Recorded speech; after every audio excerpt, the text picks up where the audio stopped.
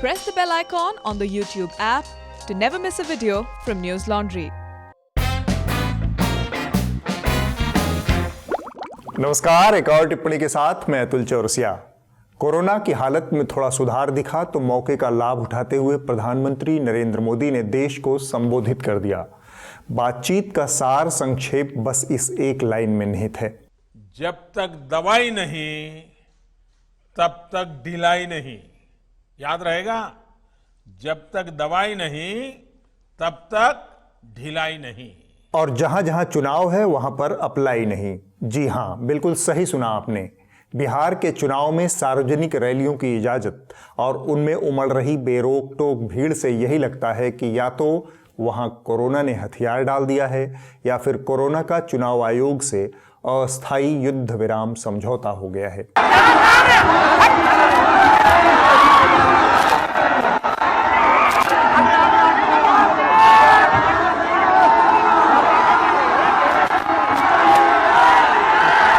CM Nitish Kumar उनके लिए प्रचार करने पहुंचे और जैसे ही उनका भाषण शुरू हुआ, रैली में शामिल कुछ लोगों ने आरजेडी प्रमुख लालू यादव के नाम के नारे लगाने शुरू कर दिए।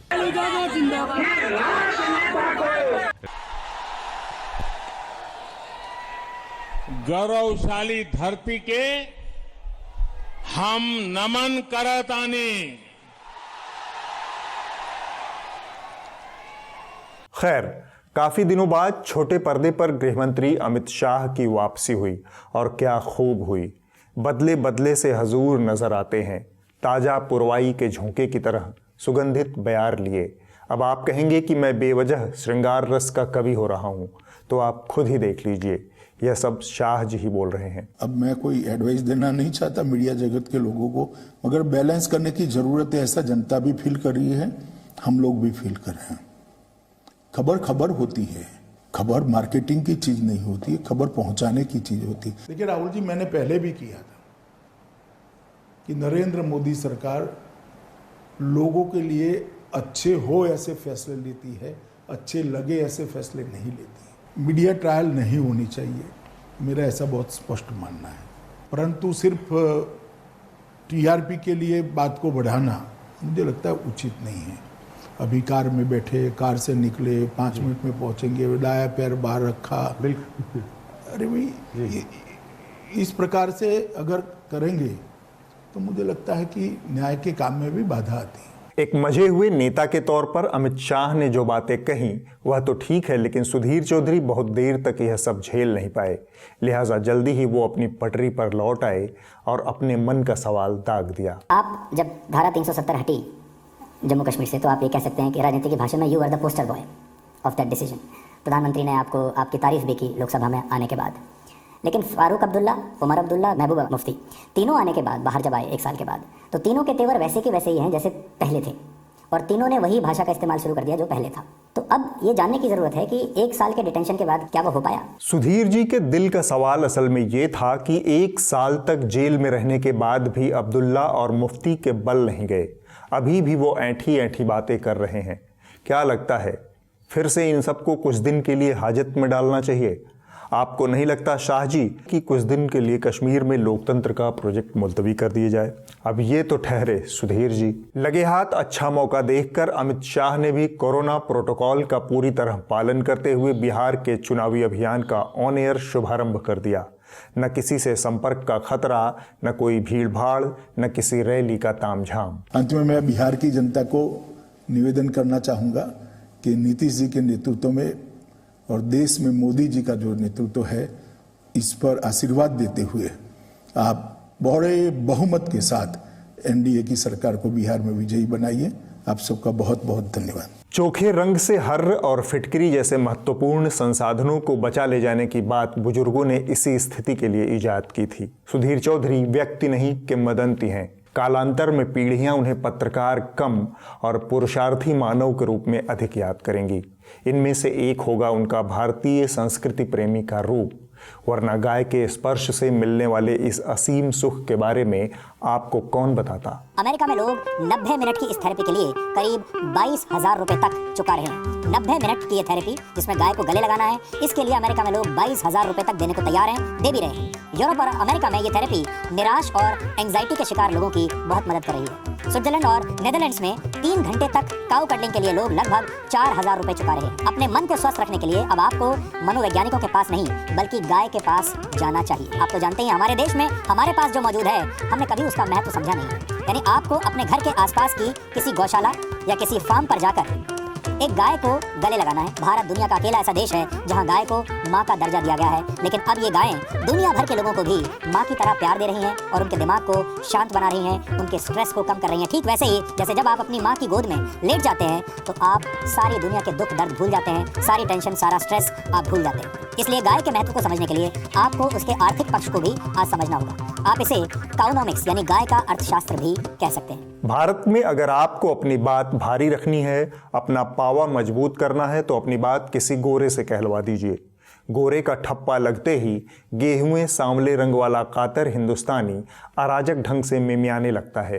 तमाम संघ के विचारक अपनी बात को भारी करने के लिए आम हिंदुस्तानियों को इसी पद्धति से आतंकित करते आए हैं।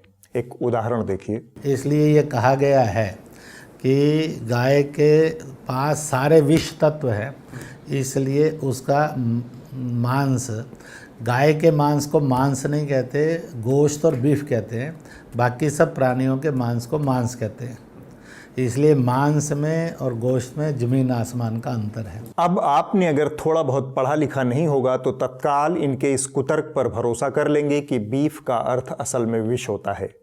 गोरे आदमी और गोरे देश की रंगत चढ़ते ही आम हिंदुस्तानी की तर्क शक्ति सुग्रीव की तरह क्षीण होकर बालीनुमा गोरे के शरीर में घुस जाती है। ऐसे अवसर पर ज्यादातर हिंदुस्तानी जी हुजूर करने लगता है। गोरे का ठप्पा लगाकर अपनी बात का वजन बढ़ाने वाले सुधीर जी या उनके जैसे तमाम लोगों को अगर बताया जाए कि गोरे लोगों की दुनिया गौवंश का एक और इस्तेमाल बड़ी मात्रा में करती है, बीफ यानी गौवंश का मांस खाने में, तो क्या सुधीर चौधरी अब बीफ भक्षण का तर्क भी अपने चैनल से उसी तरह देंगे? दुनिया अपने रोजाना के खाने में 21.75% मीट की भूख बीफ से मिटाती है। खैर, हम ठहरे भारतीय, शाकाहार हमारे दर्शन का स्रोत है, तो हम आपको मीट खाने की राय तो कतई नहीं देंगे और बीफ की तो एकदम ही नहीं। आपको एक दूसरे उदाहरण से समझाता हूं। जैसे इस शो में गाय को छूकर शांति लाभ ले रहे गोरों का जिक्र आया है, उसी तरह गोरे एक और काम बड़े शौक से करते हैं। वैलेंटाइन डे के मौके पर अपने प्रेमी प्रेमिका से प्रेम का इजहार। हमारे यहाँ इस तरह के मौके पर बजरंग दल और शिवसेना के लोग ये सब करते हैं। गुंडागर्दी की ये तस्वीरें मध्य प्रदेश के जबलपुर की हैं। वैलेंटाइंस डे का विरोध जताने के लिए बजरंग दल के तमाम कार्यकर्ता सड़कों पर उतर आए। शहर के स्कूल कॉलेज इनके खास निशाने पर थे। जहां कहीं इन्हें प्रेमी जोड़ा दिखा, इन्होंने उस पर अपनी भड़ास निकालने में कोई कसर नहीं छोड़ी। लेकिन इन बेजुबान खिलौनों को खुलेआम आग के हवाले करके सीधे सीधे धमकी दी जा रही है कि यहाँ प्यार करना मना है।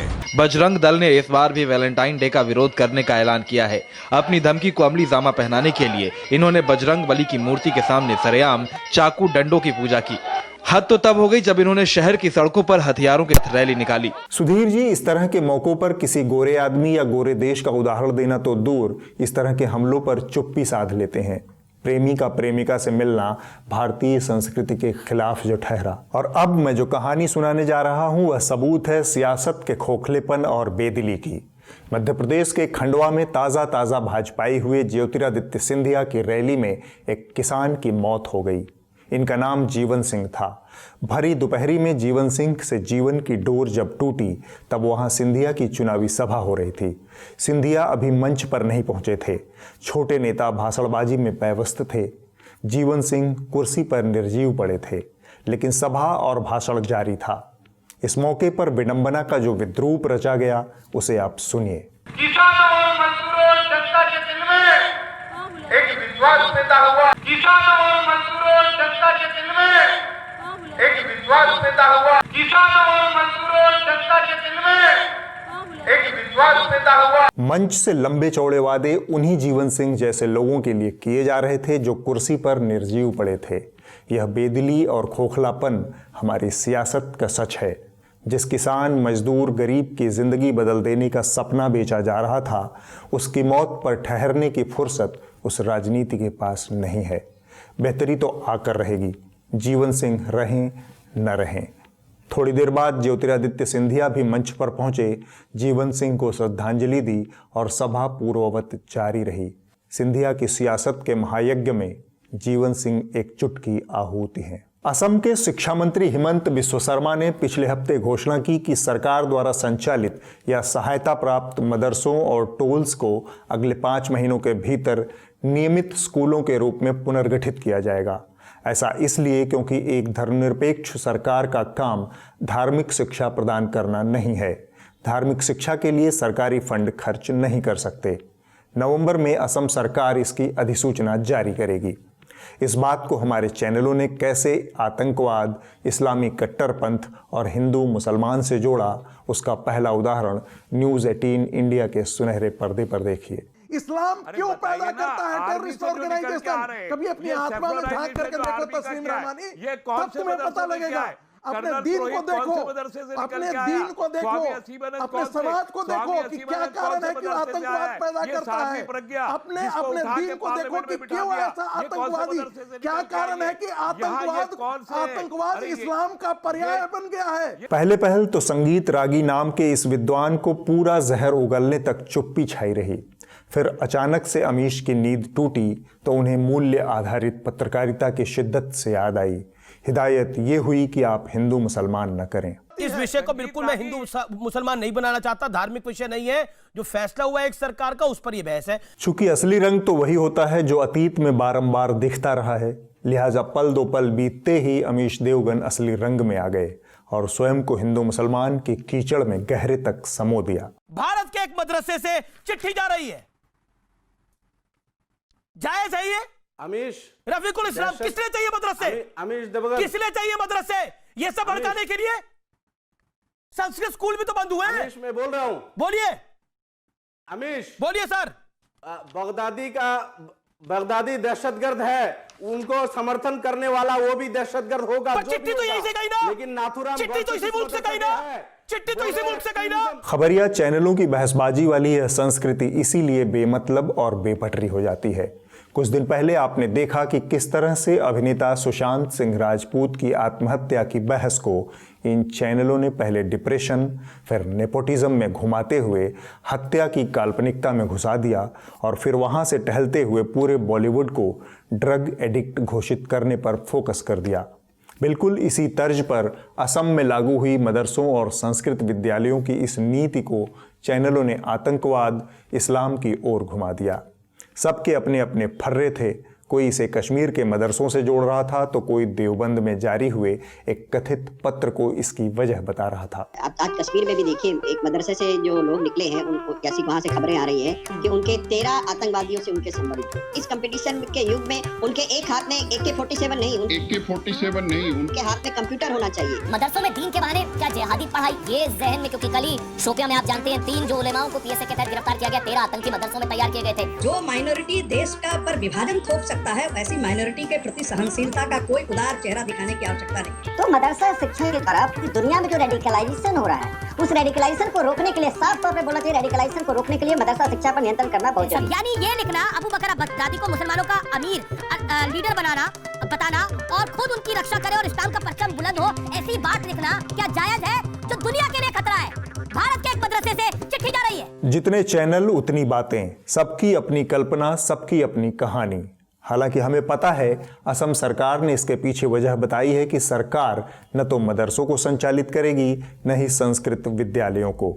लेकिन खबरिया चैनलों में बैठे नफरती चिंटुओं की कुंठा और घृणा के कई आयाम हैं। यह नियम मदरसों और संस्कृत स्कूलों के लिए एक समान है, लेकिन खबरिया चैनलों पर हुई लगभग 80% बहसें मदरसे, आतंकवाद और मुसलमान पर हमलावर रहीं। देश की सबसे बड़ी बहस सेकुलर देश में, हमारा देश सेकुलर है जैसा संविधान में लिखा है, जैसा नेता आए दिन कहते हैं, जैसा लुटियंस गैंग कहता है कि ये सेकुलर देश है, तो इस सेकुलर भारतवर्ष में धार्मिक शिक्षा क्यों? सरकारी पैसे से सिर्फ कुरान क्यों पढ़ाई जाए? गीता क्यों ना पढ़ाई जाए भाई? बाइबल क्यों ना पढ़ाई जाए भाई? असम सरकार ने सरकारी मदरसों को बंद करने का फैसला किया तो तूफान खड़ा हो गया। सरकारी खर्चे पर मदरसों को बंद किया जाएगा। मदरसे का मान कुंभ का क्यों अपमान? हालांकि इस पूरे खेल में असम या फिर केंद्र की सरकार राजनीति नहीं कर रही है, ऐसा नहीं है। मसलन इसी पार्टी की सरकार का पूरा जोर है कि यूनिवर्सिटीज में ज्योतिष शास्त्र की पढ़ाई हो, कर्मकांड की पढ़ाई हो। ये सब भी धार्मिक शिक्षाएं हैं और इसके लिए यूनिवर्सिटीज में विभाग बनाने से लेकर स्टाफ नियुक्त करने तक टैक्स पेयर के पैसे का ही इस्तेमाल होना है। इसे कहते हैं दोमुहापन। जब चैनलों को इस तरह के गंभीर मामले को सतही, कट्टरपंथी और धर्मांध बहस में बदलना होता है, तब मुस्लिम समुदाय के भीतर मौजूद अनपढ़, कट्टर और धर्मांध तबका पूरी शिद्दत से चैनलों की ताल में ताल मिलाता है। मदरसे फिका पढ़ाने के लिए हैं, मदरसे डॉक्टर इंजीनियर बनाने के लिए नहीं है। आप बनाइए डॉक्टर इंजीनियर, हमारे रुपए से नहीं पढ़ेंगे। आप बनाइए डॉक्टर इंजीनियर, तो फिर मदरसे क्या बनाने के लिए? देश को चैनलों से बचना है और मुसलमानों को धर्म के इन गंवार ठेकेदारों से बचना है। नंग बड़े परमेश्वर से। अर्नब गोस्वामी दिनों दिन इस कहावत के साथ जितना भयानक प्रयोग कर रहे हैं, उसके बाद स्वर्ग में बैठे उन पुरखों ने एक सभा आयोजित कर इस मुहावरे की ईजाद को अपनी सबसे बड़ी भूल स्वीकार की और धरती पर अपने जीवन काल के दौरान इसे सबसे निकृष्टतम काम की संज्ञा दी और पछतावा जताया है। लेकिन अर्नब गोस्वामी ठहरे अर्नब गोस्वामी, उन्हें अभी बहुत आगे जाना है। किशोर, औकात की बात मत बोलना। अरे सुप्रीम कोर्ट में आप बुजुर्गों ज्यादा बोल नहीं रहा हो। औकात पे मत आओ, औकात पे मत आओ। किशोर औकात पे मत आओ। उल्टा दे दूंगा सब मुंह चुप हो जाओगे। अगले 1 हफ्ते तक मुंह से कुछ नहीं निकलेगा।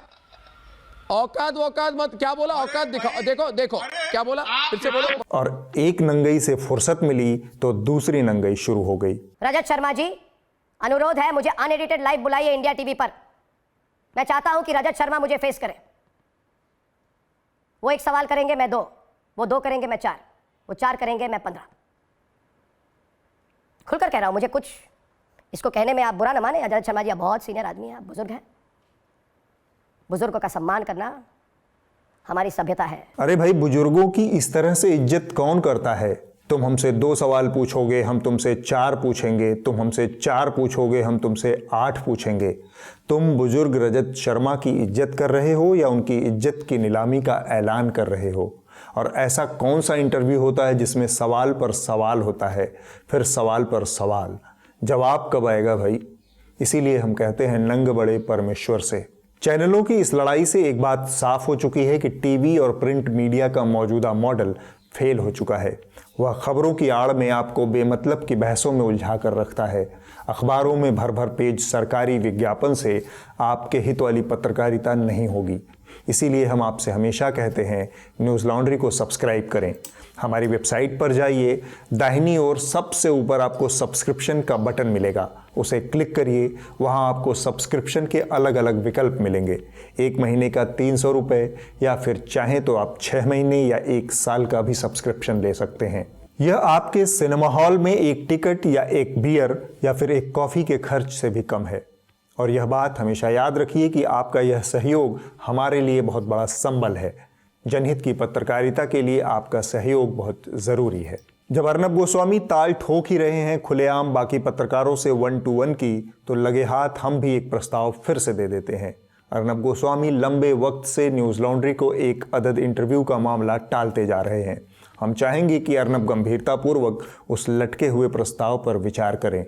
और हाँ, हमारे इंटरव्यू में सवाल के बदले में जवाब होगा, न कि अर्नब बनाम रजत शर्मा की तरह सवाल सवाल और फिर सवाल। ऐसा हुआ तो जनता ही असहिष्णु हो जाएगी। इस हफ्ते की रिपोर्ट शुरू करें उससे पहले एक भूल सुधार। पिछले हफ्ते की टिप्पणी में अजीम शायर बिस्मिल अजीमाबादी के शेर सरफरोशी की तमन्ना के लेखक के तौर पर भूलवश राम प्रसाद बिस्मिल का जिक्र हुआ। न्यूज़ लॉन्ड्री के तमाम जागरूक दर्शकों ने इस ओर इशारा किया। इस गलती के लिए हमें खेद है। और अब वक्त है इस हफ्ते की रिपोर्ट का। जो कही जा रही थी बातें कि अंदर में भी सोशल डिस्टेंसिंग का ख्याल रखा जाएगा। ट्रेनें तो खुल दी हैं, लेकिन कैसे स्टेशन पर thousands of the migrants workers in different groups walking। इस हफ्ते की रिपोर्ट दी lallantop.com पर शाया हुई। चुनाव के मौसम में बिहार की शिक्षा व्यवस्था किसानी में बर्बाद होने वाली जवानी को 10वीं के एक छात्र ने पूरी ईमानदारी से सामने रख दिया है। पढ़ाई कैसी होती है? सरकारी स्कूल में पढ़ाई कैसा होता? उसी आते थे, थोड़ा मोड़ा बताते, बैठल रहो अपना, ओके हल्ला उल्ला चल रहा। हल्ला उल्ला चल रहा है, पढ़ाती नहीं मैडम? थोड़ा बहुत मतलब आते हैं, थोड़ा बहुत मतलब दिए हुए हैं, बस उसके बाद उनको काम बैठना, तो वो बैठ गए तो बच्चा क्या करेगा, बच्चा भी हल्ला उल्ला इन्हें बैठल उठल है। और की तो आगे चल के तुम्हें किसान बनना है, कुछ और करना है? किसान नहीं बनना हमको। किसान नहीं बनना? नहीं। क्यों नहीं बनना किसान तुमको? किसान में ये बोले ना कि इस चीज़ के समस्या, वो चीज़ के, तो अगर हम भी बनेंगे तो हमको समस्या नहीं होगा, समस्या तो होना ही है, इसलिए हमको किसान नहीं। देखते हो कि पापा को दिक्कत रहती है, समस्या रहती है, हैं, ठीक से कमाई नहीं होती, परेशान रहते हैं, इसलिए तुम्हें आगे चल के किसान नहीं बनना है। जी है? जी। पापा से बात होती है कभी? जी। पढ़ाई को लेकर जी सब खेती किसानी को लेकर क्या बोलते हैं? क्या बोलते हैं कि नहीं पढ़ेगा तो हमरे ऐसा करेगा और की। अगले हफ्ते होगी एक और टिप्पणी। नमस्कार।